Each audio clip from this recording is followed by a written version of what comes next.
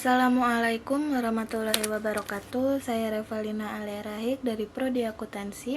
Di sini saya akan mempresentasikan atau menjelaskan tentang moderasi beragama dari mata kuliahan Pendidikan Agama Islam. Dosen pengampunya yaitu Bapak Irham. Oke. Selanjutnya, di sini ada apa arti moderasi? Moderasi berarti jalan tengah. Moderasi juga sesuatu yang terbaik, sesuatu yang di tengah biasanya ada di antara dua hal yang buruk. Misalnya, sifat berani dianggap baik karena ia berada di antara sifat ceroboh dan penakut. Oke, di sini ada pengertian dari moderasi beragama sama ruang lingkupnya.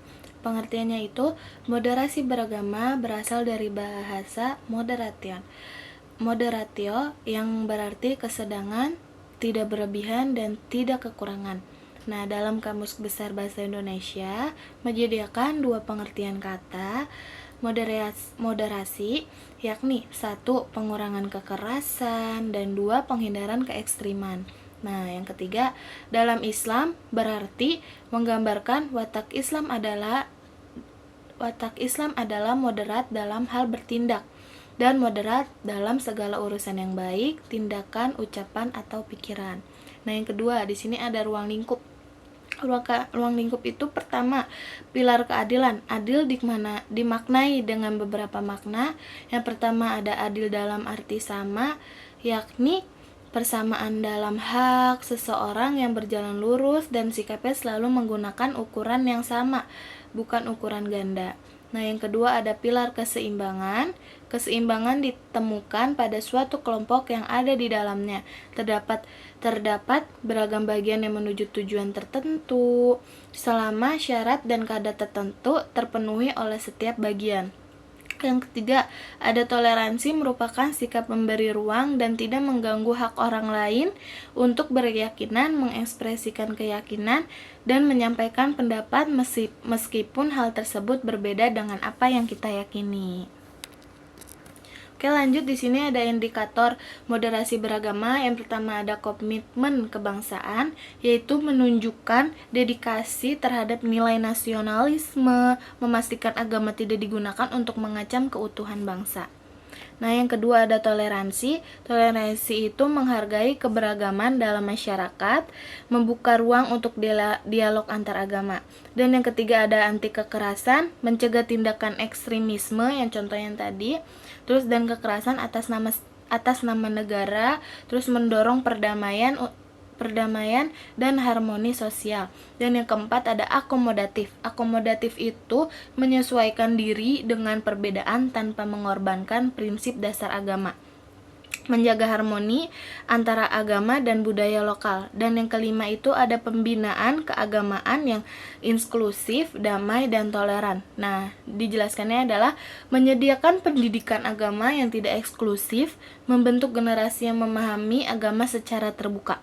Nah, yang keenam itu memberikan pelatihan dan modal usaha. Nah, mendukung umat beragama secara ekonomi melalui program pemberdayaan, mengurangi potensi radikalisme akibat tekanan ekonomi.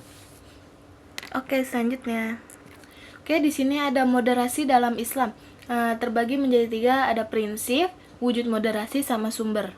Nah, prinsipnya itu Islam selalu moderat dalam menyikapi setiap persoalan, ajaran yang tidak hanya mementingkan hubungan baik kepada Allah, namun juga tidak kalah penting hubungan baik kepada manusia, sesama manusia di muka bumi ini.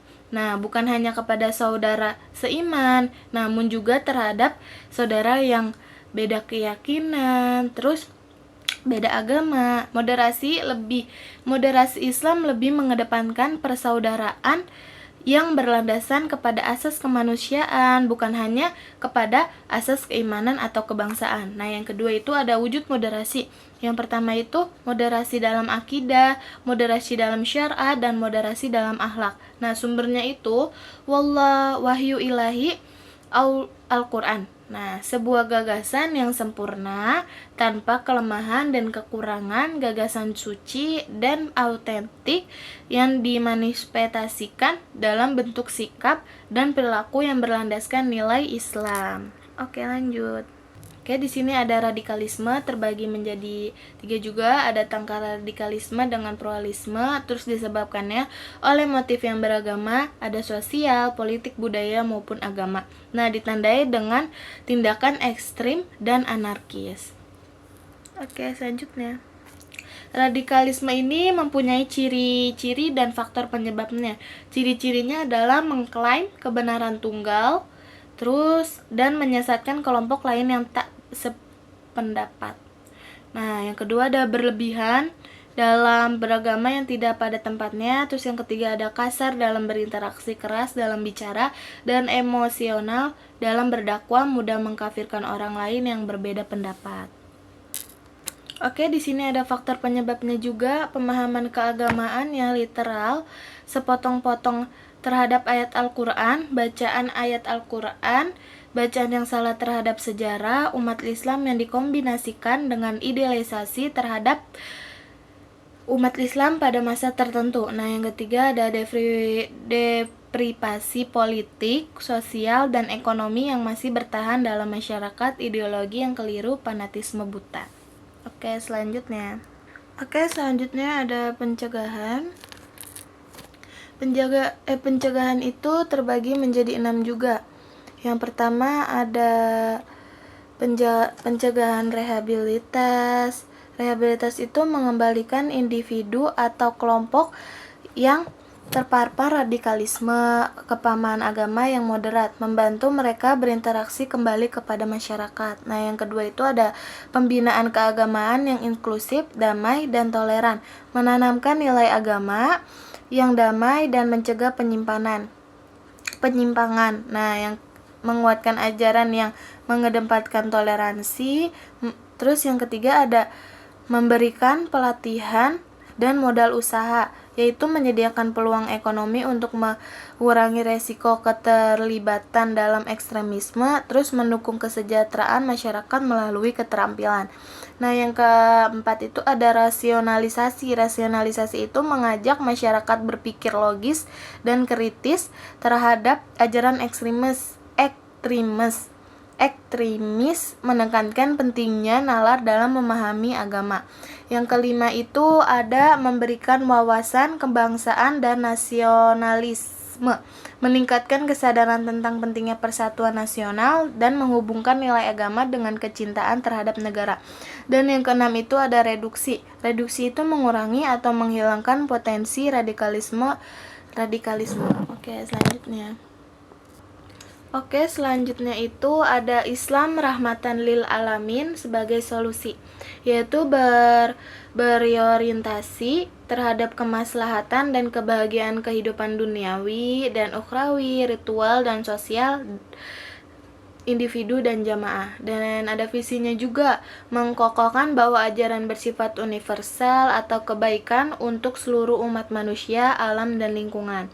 Dan sumbernya itu wahyu ilahi Al-Quran, sebuah gagasan yang sempurna, tanpa kelemahan dan kekurangan, gagasan suci dan autentik yang dimanifestasikan dalam bentuk sikap dan perilaku berlandaskan nilai Islam. Nah, di sini ada pengalaman, kesan pesan tentang moderasi beragama di kampus. Nah, di saat aku mengikuti kuliah ini, aku juga merasa semakin sadar akan pentingnya menghormati sesama manusia, perbedaan, dan menjaga keseimbangan dalam beragama. Nah, terus juga di dalam diskusi kelompok aku yang sering aku lakukan kelompok bareng teman-teman aku itu, materi yang diberikan membuat saya belajar untuk lebih memahami sudut pandang orang lain. Nah, kesan saya itu kuliah ini memberikan pemahaman mendalam tentang pentingnya sikap toleransi dalam kehidupan sehari-hari.